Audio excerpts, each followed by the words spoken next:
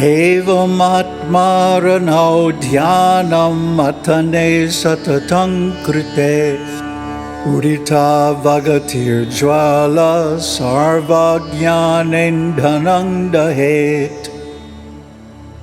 Evam, thus, atmaranau, in the forest of the self, dhyanam churning by contemplation, satatang, constantly, krite, when done, udita vagatihi, knowledge that is born, jwala, the flame, sarva jnanendhanam, all the fuel of ignorance, dahet, shall burn.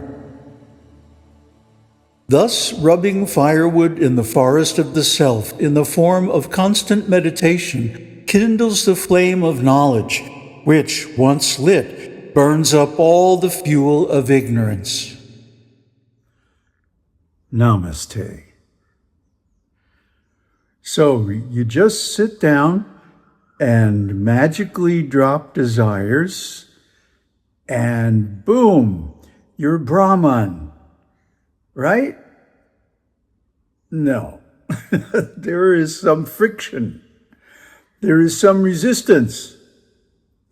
It's not easy because we are in the habit of many lifetimes of constructing the false ego, the personality, the individuality, etc.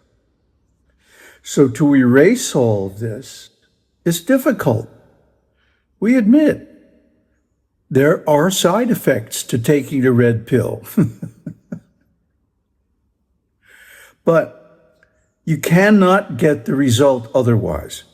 Now, the Neo-Advaitins think that just by knowing about Brahman, they get the same result. But no. Because according to Shankaracharya, who's like the greatest authority on Advaita, one must go through the sadhana chatushtaya first, before Brahman realization can occur. And we see that they don't want to do this.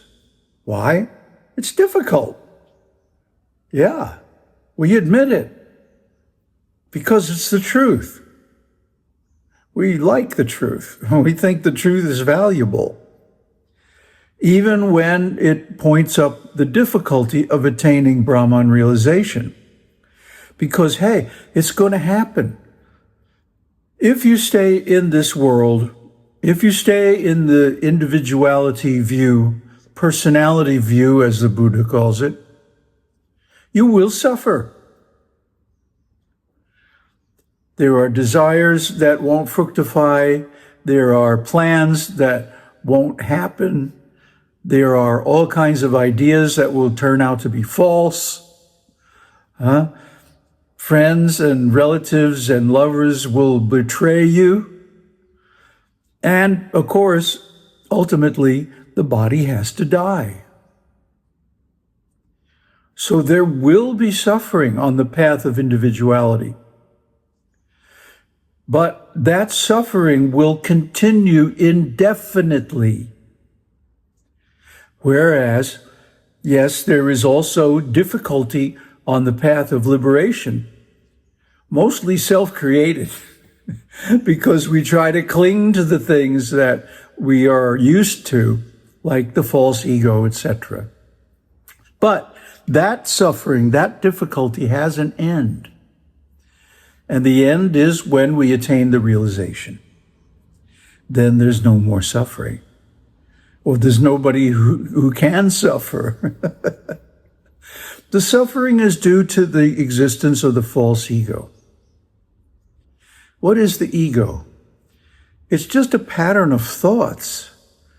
I mean, it's literally a certain sequence of thoughts in the mind that the Buddha identified by self-observation and called it the root sequence.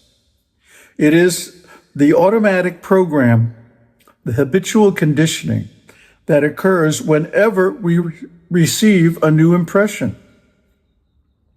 whether that impression is of earth, water, fire, air, or space.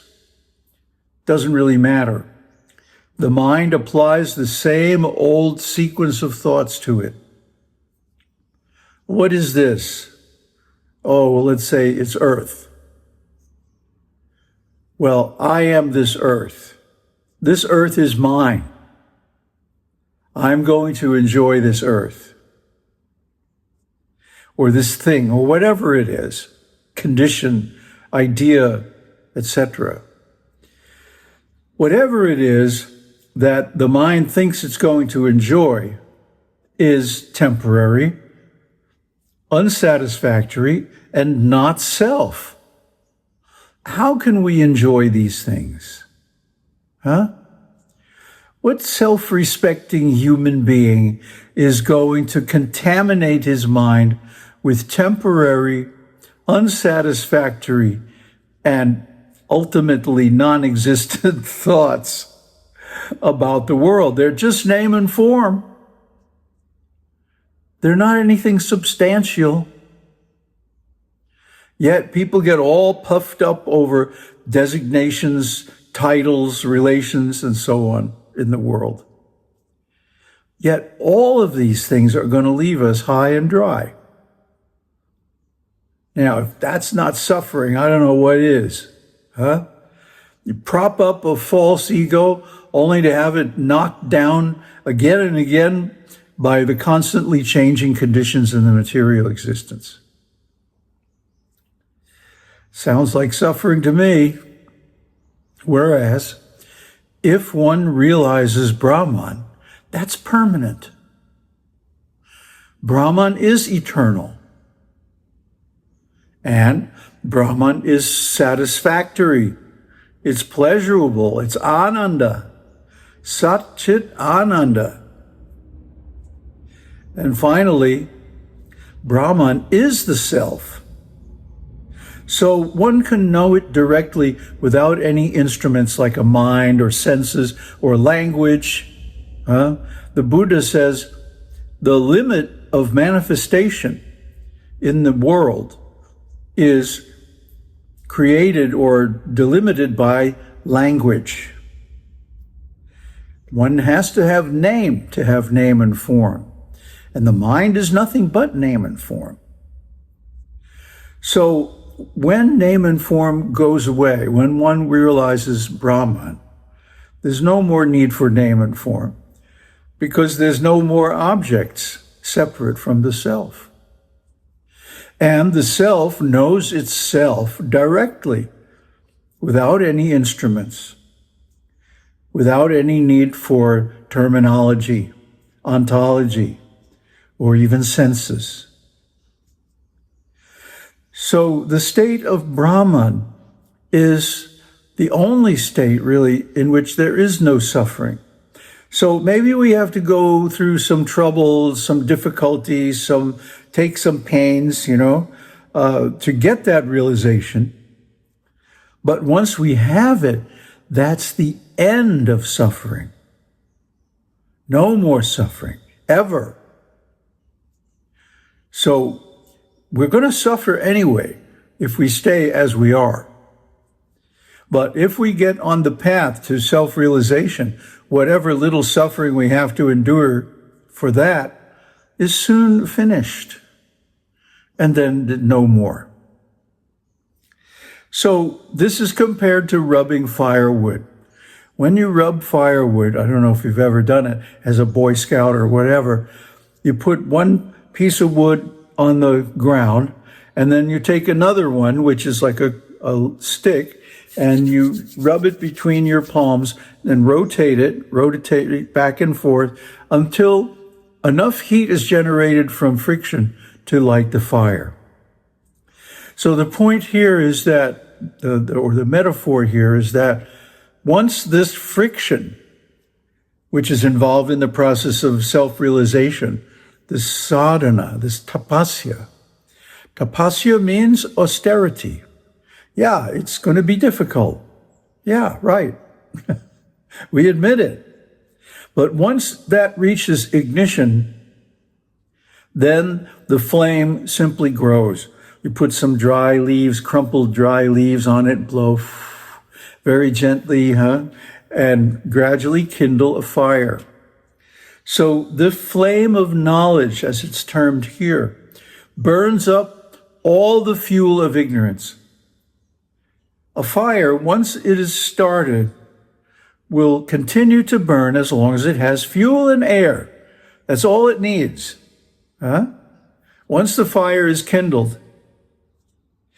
So in the same way, the fire of knowledge, actually these Neo-Advaita people have a point. Once you know about Brahman, you will not be able to stop until you realize Brahman. But, their realization is going to take a long time because they don't want to do the work. If you're willing to do the work, that realization can happen quickly, within the same lifetime. So, apply yourself to sadhana. Realize, yes, there is going to be some friction, but that very friction is the source of the flame that leads to the end of suffering.